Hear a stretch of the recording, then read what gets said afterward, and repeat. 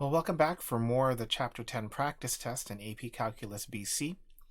Here for number 7, we're going to be trying to find the radius of convergence for this power series n plus 1, n plus 2, 4 to the n, multiplied by x minus pi to the n power.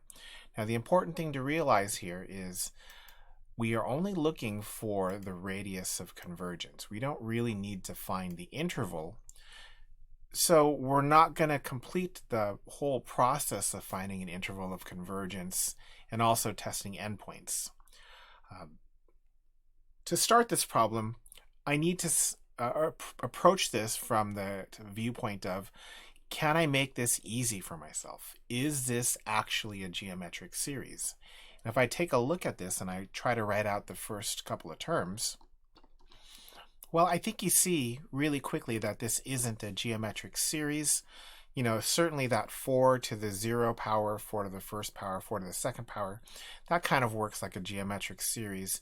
But this numerator, 0 times 1 times 2, 1 times 2 times 3, 2 times 3 times 4, that doesn't work like a geometric series.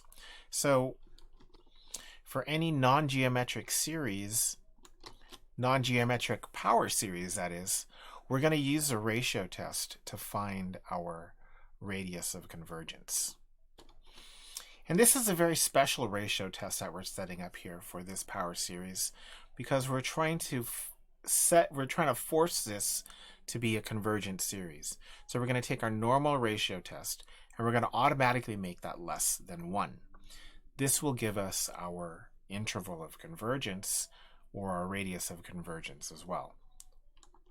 So we're going to take our ratio test, substitute the general term, replace all of the n's with n plus 1, and that creates the n plus 1th term, and then multiply that with the reciprocal of the general term. Notice that I put that x minus pi to the n power. I made that part of the numerator. Now at this point, we can just kind of separate things that kind of belong together. So for example, all of these polynomial terms, n plus 1, n plus 2, those are all kind of the same. So we're going to group them all together. The next thing that looks kind of similar, I think, are those 4 to the n powers. Let's put those together. And then now these x minus pi's can really be grouped together because they are similar as well. Now there's some simplification that we can do right off the bat, particularly in that first factor with the polynomial forms.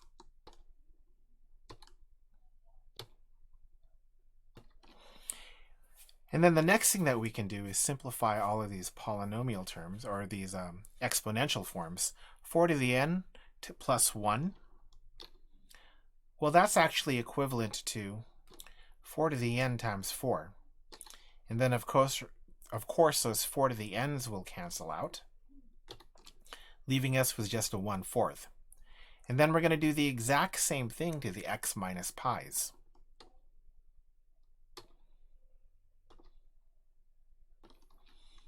And then we could probably compact this just a little bit. Okay, now that I've done all of this, I notice something else. Look at this factor right here, x minus pi over 4. Actually, that factor doesn't have any n's involved in it. So it really doesn't have anything to do with this limit. So we can just actually take it out of the limit. But we have to take it out of the limit in absolute values still. Okay, now this looks pretty good because I have the limit of n plus 3 over n, which is equivalent to the limit of 1 plus 3 over n over 1 as n approaches infinity. Well, that limit is just 1. So we're left with the absolute value of x minus pi over 4 is less than 1. All we need to do now is multiply both sides by 4. The absolute value of x minus pi is less than 4. Now when you compare that to x minus center is less than the radius, we can see that the numbers fall right out of this really easily. We can tell here that the center is pi. And all importantly, the radius is 4. So that does it for this video. We got the radius equals 4, and we'll see you for the next one. Have a good one.